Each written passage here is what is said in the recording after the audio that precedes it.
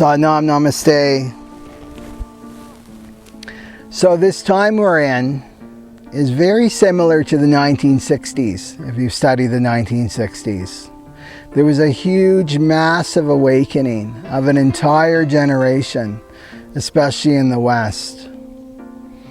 And really the 60s were a reaction to the 1950s, and the 1950s were a reaction to the 1940s, right? World War II, then everything got very, very prosperous, especially in the West, but also very, very constrained, right? Live in the suburbs and you follow the script, and men are like this and women are like this, and let's all wear the same clothes, right? That kind of thing. And then the 60s were a complete rebellion of that, right? That people wanted more meaning in their life. They weren't satisfied with just having their survival needs taken care of, right? This is when equal rights really started to come in. Equal rights for women, civil rights, right? Gay rights, and then of course environmental issues were also in the forefront then. And the 1960s was really the inhale of the Aquarian Age, and now we're in the exhale of the Aquarian Age, which is how do we express these values that were seeded in the 1960s. The other major part in the 1960s was the drug culture, right? So mainly marijuana and LSD.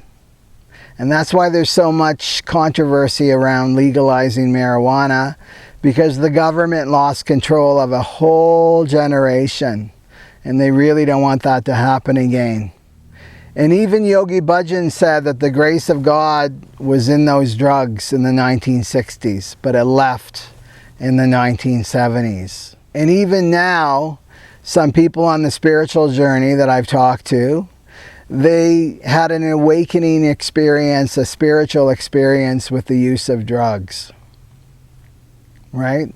So fast forward to now, and now we've got this new wonder drug in the spiritual communities called Ayahuasca, okay? And that's plant medicine from South America. So there's a lot of information on the internet on Ayahuasca if you want to find out more. But I want to talk to you from a spiritual and yogic perspective of what it is. So traditionally an Ayahuasca ceremony was a sacred ritual from Peru led by a trained shaman. And this is a sacred time of prayer, connecting to the divine, purging negativity, and facing one's own shadow and wounding. So I've heard stories that it has helped people in the West to let go of their deep wounding that has been causing them suffering. So yogically, this psychedelic ayahuasca triggers the pineal gland. And this is the gland that's in the shape of a pine cone that sits at the very center of your head, within the center of your head. It's also called the seat of the soul, and it connects to the pituitary gland through an energetic golden cord. And once the pineal starts radiating, it triggers the pituitary to start secreting, which opens the third eye to other dimensions of reality. So the pineal gland is connected to the crown chakra, and this is where we experience being connected to the vastness of all that is, where we experience our oneness, where we experience our divinity. So the pineal gland stops radiating around the age of 8 years old unless we have a meditation practice. So it basically goes dormant, and we no longer have that experience of being connected to the divine. So you can see the power of this plant in assisting people in awakening. But, a huge but here, what we have done in the West is what we do to all things. And that's we let our mind and our ego take over. And the mind and ego always want more and more and more and more. The mind will say, well, if this is good, Then if I take more, it will be even better. This is the supersize me form of spirituality. So we've taken the sacredness out of these ancient rituals and turned them yet into another addiction, right? Another thing to abuse and exploit in order to escape reality. So sure, this let's get high and escape reality party is buried under a lot of lofty spiritual language, right? You'll hear people say, it's not a drug, it's plant medicine. I'm doing this for humanity. I'm doing this for the evolution of my own soul, right? That person that triggers me just needs to do ayahuasca to get over their childhood issues so they don't bother me anymore. I go to ceremony, which I use in quotation marks, 20, 30 times a year, maybe even every weekend. So do you see the hypocrisy in this, right? And if you look at this person's aura, it's gray. They lack life force energy because freedom is never free. And when you use something outside of you, there's a time to pay the piper, and that always involves the physical body. So in terms of healing, the quick fix method, this is the ultimate answer kind of thinking, is never ever anything outside of you. So in the Aquarian Age, it's dangerous to give your power over to anyone or anything outside of you, and that includes your own mind. So it's sacred, right? Like everything in this world is sacred. There's nothing wrong with natural, marijuana is a natural plant, ayahuasca is a natural plant, and so on. It's here for a reason. But where the danger comes in is our consciousness, the consciousness that's coming forward. What is our intent in using these drugs?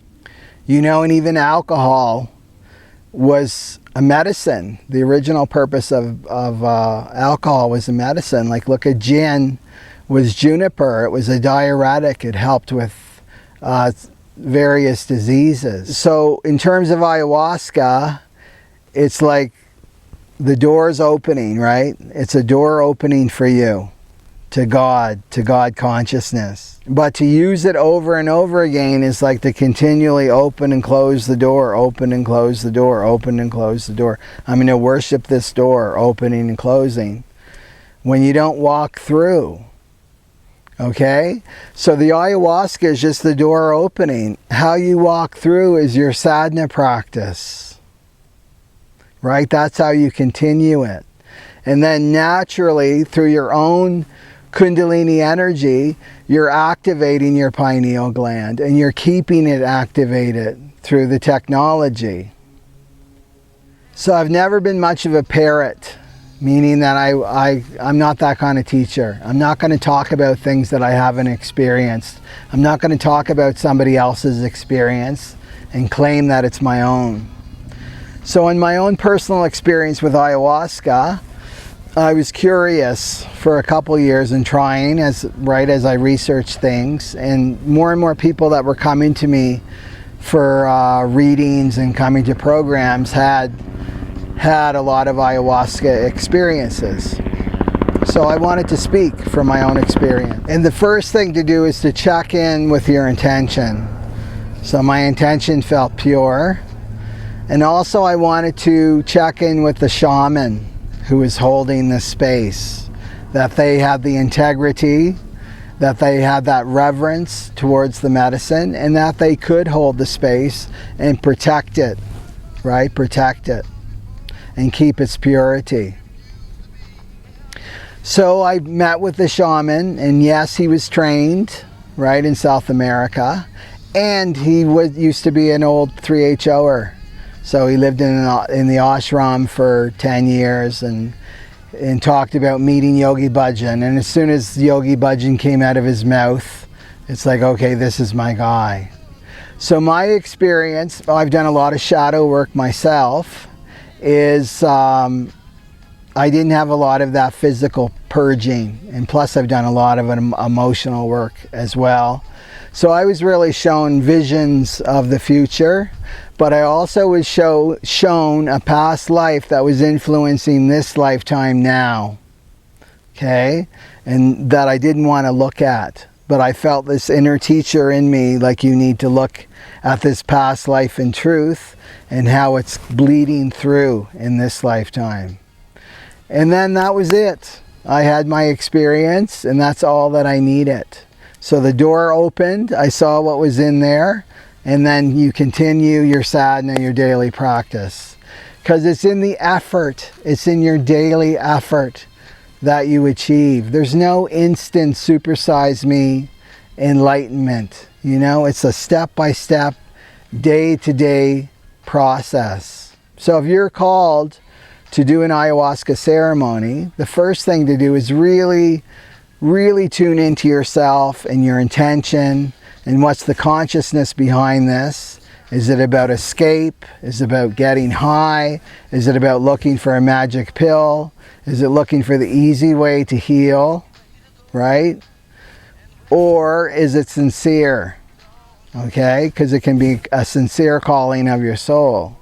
And then go and check out the shaman and make sure that shaman is in integrity and trained, right? And connected to some kind of lineage.